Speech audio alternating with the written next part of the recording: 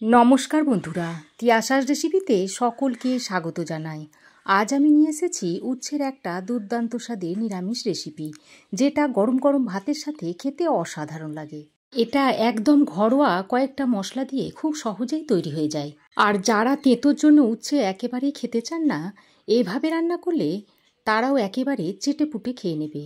তো এখানে আমি 200 গ্রাম মতো উচ্ছে ভালো করে ধুয়ে পরিষ্কার করে নিয়েছি। তারপর এগুলোকে একটু গোল গোল চাকা করে কেটে নিচ্ছি।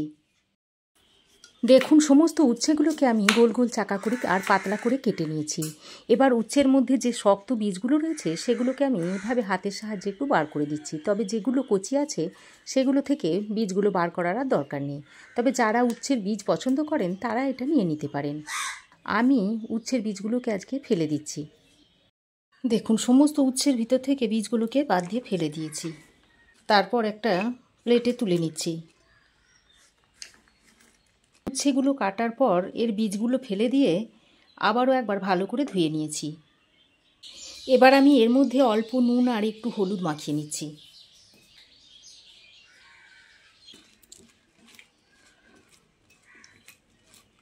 দেখুন, উচ্ছের গায়ে নুন আর হলুদটা ভালো করে মাখিয়ে নেওয়ার পর এটাকে 10 মিনিট আমি রেস্টে রেখে দিচ্ছি।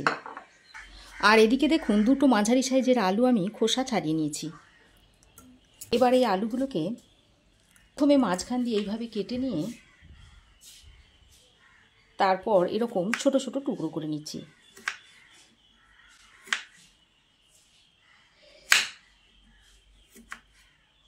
এইরকম ছোট ছোট আর একটু পাতলা পাতলা করে কেটে নিয়েছি। তারপর কেটে রাখা আলুগুলো জলের মধ্যে ডুবিয়ে দিচ্ছি।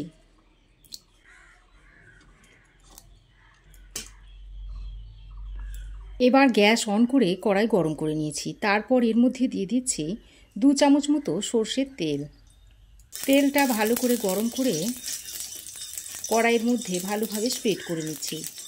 তারপর এই গরম তেলে কিছু বড়ি ভেজে নেব। এখানে কয়েকটা ডালের বড়ি নিয়েছি, সেটা এখন গরম তেলের মধ্যে দিয়ে দিচ্ছি। এবার গ্যাসের ফ্লেমটাকে হাইতে করে বড়িগুলোকে লালচে করে ভেজে নিচ্ছি। বড়ি ভাজার সময় গ্যাসের ফ্লেম সব সময় হাইতে রাখবেন, তাহলে বড়িতে তেলটা খুব কম টানবে আর খুব তাড়াতাড়ি ভাজাও হয়ে যাবে। দেখুন বন্ধুরা, বড়ি আমি লালচে করে ভেজে নিয়েছি। এখন বড়িটা তুলে একটা অন্য পাত্রে রেখে দিচ্ছি। এবার ওই তেলে আরও 1 চামচ মতো সর্ষের তেল দিয়ে দিচ্ছি। এদিকে দেখুন, নুন আর হলুদ মাখিয়ে উচ্ছেটা 10 মিনিট রাখার পর উচ্ছে থেকে কতটা জল বেরিয়ে এসেছে।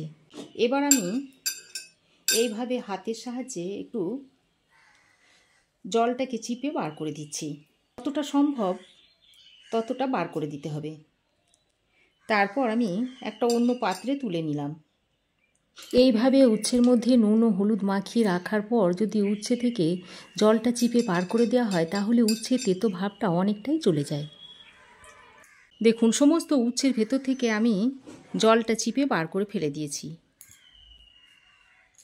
এবার এই তেলের মধ্যে জল চিপে বার করে নেওয়া উচ্ছেগুলো দিয়ে দিচ্ছি। তারপর সব কিছু ভালোভাবে তেলের সঙ্গে মিশিয়ে এইভাবে নেড়ে চেড়ে উচ্ছেগুলোকে একটু লালচে করে ভেজে নিতে হবে। এবার আমি উচ্ছেগুলোকে এইভাবে একটু ঢাকা দিয়ে ভেজে নেব। এর ফলে উচ্ছেগুলো যেমন ভাজাও হয়ে যাবে, তেমনি তাড়াতাড়ি নরম হয়ে আসবে।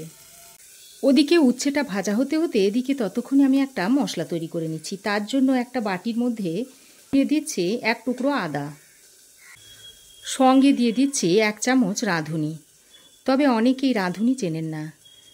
দেখুন, রাঁধুনি দেখতে অনেকটাই জোয়ানের মতো হয়, তবে জোয়ানটা একটু সাদা হয় আর রাঁধুনিটা একটু কালো হয়। আর এটা আপনারা যে কোনো মুদির দোকানে পেয়ে যাবেন। এবার আমি এর মধ্যে অল্প 1 চামচ মতো জল দিয়ে রাঁধুনি আর আদাটাকে শিলে বেটে নেব। দেখুন, আদা ও রাঁধুনিটাকে এরকম একটু মিহি করে শিলে আমি বেটে নিয়েছি। তবে আপনারা চাইলে এটা মিক্সিতেও বেটে নিতে পারেন। যেহেতু অল্প পরিমাণে নিয়েছি তাই এটা শিলেতেই বেটে নিয়েছি। এদিকে ততক্ষণে ঢাকা দিয়ে লো টু মিডিয়াম ফ্লেমে উচ্ছেটাকে বেশ লালচে করে ভেজে নিয়েছি। আর ঢাকা দেওয়ার ফলে দেখুন উচ্ছেটা বেশ নরম হয়ে গেছে আর খুব তাড়াতাড়ি ভাজাও হয়ে গেছে। এবার আমি উচ্ছেটাকে একটা প্লেটে তুলে নিচ্ছি।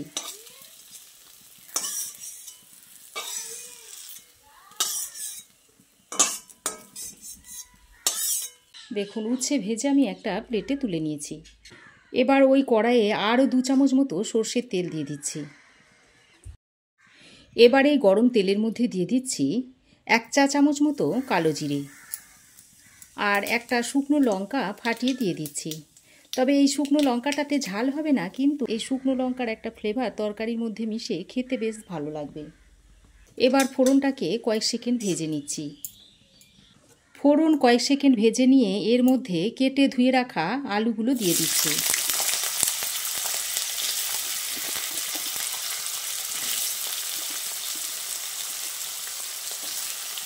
সঙ্গে অল্প পরিমাণে একটু নুন আর হলুদের গুঁড়ো দিয়ে ভালো করে আলুর সঙ্গে নেড়ে চেড়ে মিশিয়ে নিচ্ছি।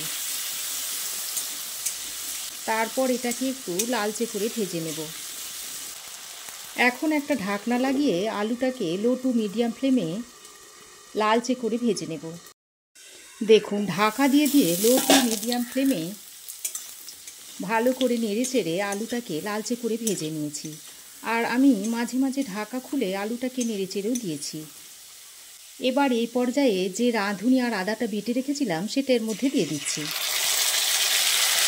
আর সঙ্গে মশলার বাটি ধোয়া জলটাও দিয়ে দিচ্ছি। এবার ভালো করে আলুর সঙ্গে নেড়ে চেড়ে মিশিয়ে নিতে হবে। তো বন্ধুরা, যারা উচ্ছে খেতে একদমই পছন্দ করেন না তারা এইভাবে একবার রান্না করে খেয়ে দেখবেন। আশা করছি এইভাবে তেতোও লাগবে না, আর উচ্ছেটা খেতেও কিন্তু দুর্দান্ত হবে। কিছু ছোট ছোট টিপস মেনে যদি রান্নাটা করে নেন তাহলে উচ্ছের এই তরকারিটা আর তেতো লাগবে না। বাটা মশলাটা দিয়ে আলুর সঙ্গে প্রায় 2-3 মিনিট সময় ধরে ভালোভাবে কষিয়ে নিয়েছি। আর দেখুন খুব সুন্দরভাবে কষানো হয়ে গেছে। এবার এ পর্যায়ে এর মধ্যে 1 কাপ মতো গরম জল দিয়ে দিচ্ছি। আর এখানে গরম জলটাই দিতে হবে।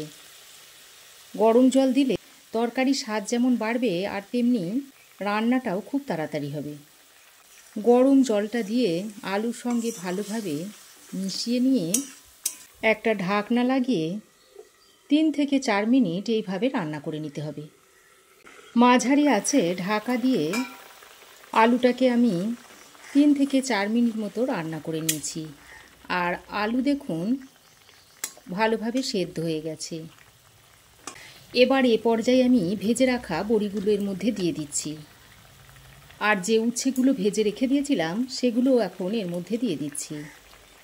উচ্ছে রান্নার শেষের দিকে যদি এইভাবে উচ্ছেটা দিয়ে রান্না করেন তাহলে উচ্ছের তেতো ভাবটা অনেকটাই কমে যায়। আরও অল্প পরিমাণে একটু নুন দিয়ে দিচ্ছি। তারপর ভালো করে একসঙ্গে সব কিছুকে মিশিয়ে নিয়ে আবারও ঢাকা দিয়ে 2 মিনিট মতো রান্না করে নেব।